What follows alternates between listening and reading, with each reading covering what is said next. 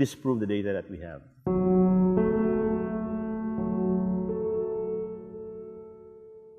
Sa probinsya ng Bataan. Ito ay ang Bataan Nuclear Power Plant na huling na inspeksyon para sa kaligtasan noong 1985 ng International Atomic Energy Agency.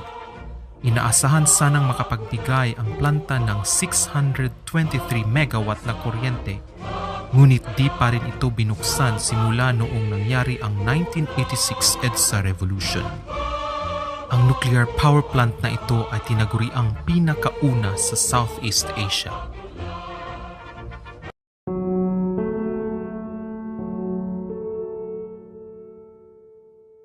Regarding the nuclear power plant, we have done independent tests on it, precisely because it was closed for the reasons that are geological, that it's on a fault and it's close to a volcano. I could not accept that a $2.3 billion plant could have geologic reasons for not being operated. So I have done independent tests, which I funded myself. These are gas tests, electrical resistivity, seismic refraction, just to prove or disprove if there is a fault. Because if there's really a fault if the plant is built on the fault, then it should not be operated at all. But if the fault is some distance away, then it can be engineered. The design can probably withstand that. So it's a matter of scientific testing. I have the data, I'll want it open. Anyone who will claim otherwise should disprove the data that we have. Because once the fault moves, the fault is very deep. It's several meters or several hundred meters, maybe to a kilometer. So any time it moves, if you're on top of it, masisira talaga siya. What you do to evaluate these things, so if you're not on the fault, what is the minimum distance that you should have? It will depend on what we call the peak ground acceleration. Because once a fault moves, there's going to be acceleration on the ground.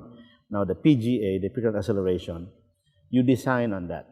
So for example, is the plant, I think, designed to 0.4 G, which means that it can resist seismic forces equivalent to 5 meters per second or 4 meters per second.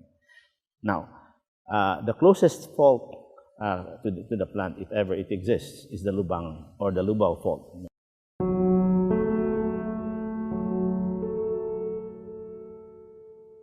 You can see it in the satellite photographs that there is indeed a linear structure. It is probably a fault.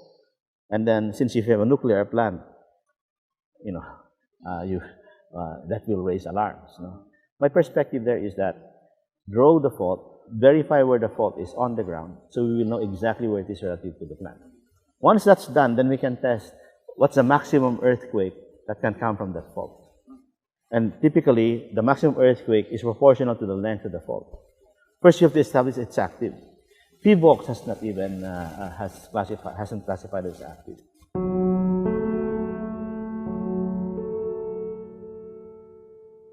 In fact, in my opinion, they should be the one to have the final say on this. If there was an active fault, it's been closed for 20, 30 years.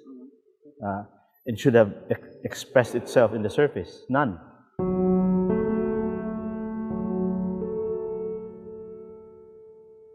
Many countries in the world that have nuclear power are in the ring of fire. Japan has 55 nuclear plants, it's in a ring of fire. Taiwan it is in a ring of fire. A lot of Europe, not necessarily ring of fire in faulted areas, in South America. Mexico has, and the United States, in the eastern side, in California, there are nuclear plants there. Okay, so what's the big deal about that? As long as you design it, ring of fire means only things. Ring of fire means volcanoes and earthquakes. Back to the first argument.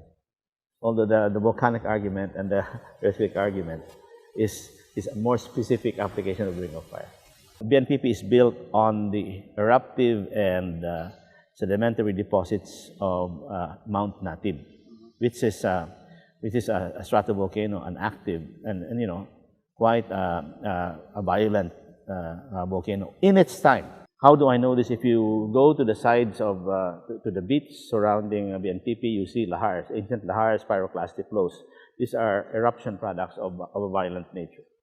If the volcano were active, then we have a strong, argument to close the plant. But only the two data points that determine the age of the plant is at what? It's at 70,000 or 60,000 years. That's quite a long time. It's even older than Laguna de Bay, which is about 25,000 years. And people are not even aware that Laguna de Bay, which has produced all the adobe in Metro Manila, is a volcano. So again, why use a geologic reason when you know it's weak? And this is my my challenge to those who are opposed to the plant. Let's put all the evidence aside. Let's put ideology aside, because this is science. What's the age of the volcano? What are the chances of it erupting? For the fault, what's the distance to the fault? What's the maximum earthquake? These issues are measurable. There should be no emotions in this.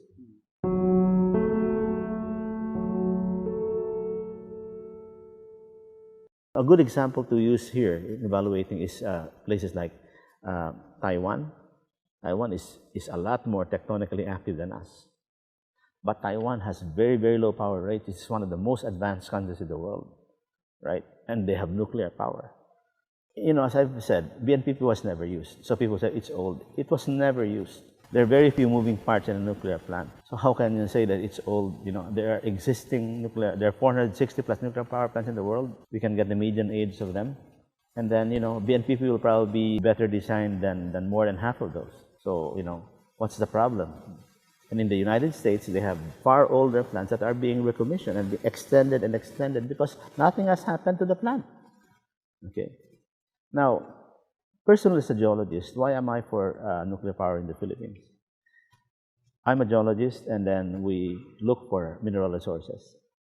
We are, for example, the #1 supplier of nickel in the world, and nickel is used in stainless steel manufacture. And to make stainless steel, you need 3 elements: iron, nickel, and chrome. We have the 3 elements in the Philippines. But we cannot even have a steel plant because power is expensive. So we have to export 30 million tons of nickel ore to China and Japan. If power were cheaper, we could process them here. So can you imagine if we had our own steel industry?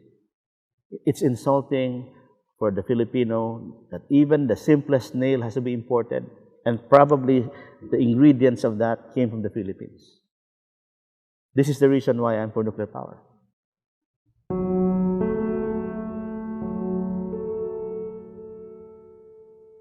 Ask your relatives who are abroad, #1. What is the cost of power where you're working? The cost of power relative to your take-home pay.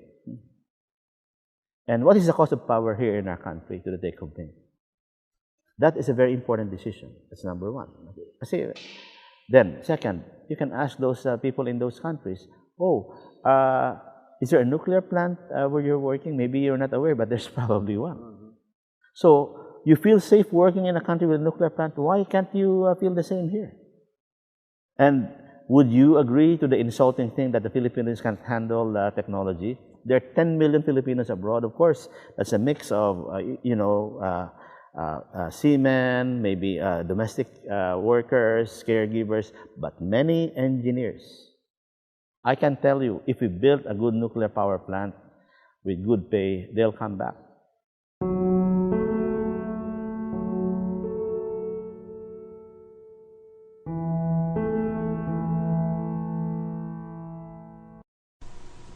Ang kabilin-bilinan ko kay Mrs. Corazon Aquino ay pagpatuloy ang Bataan nuclear plant kung maaari.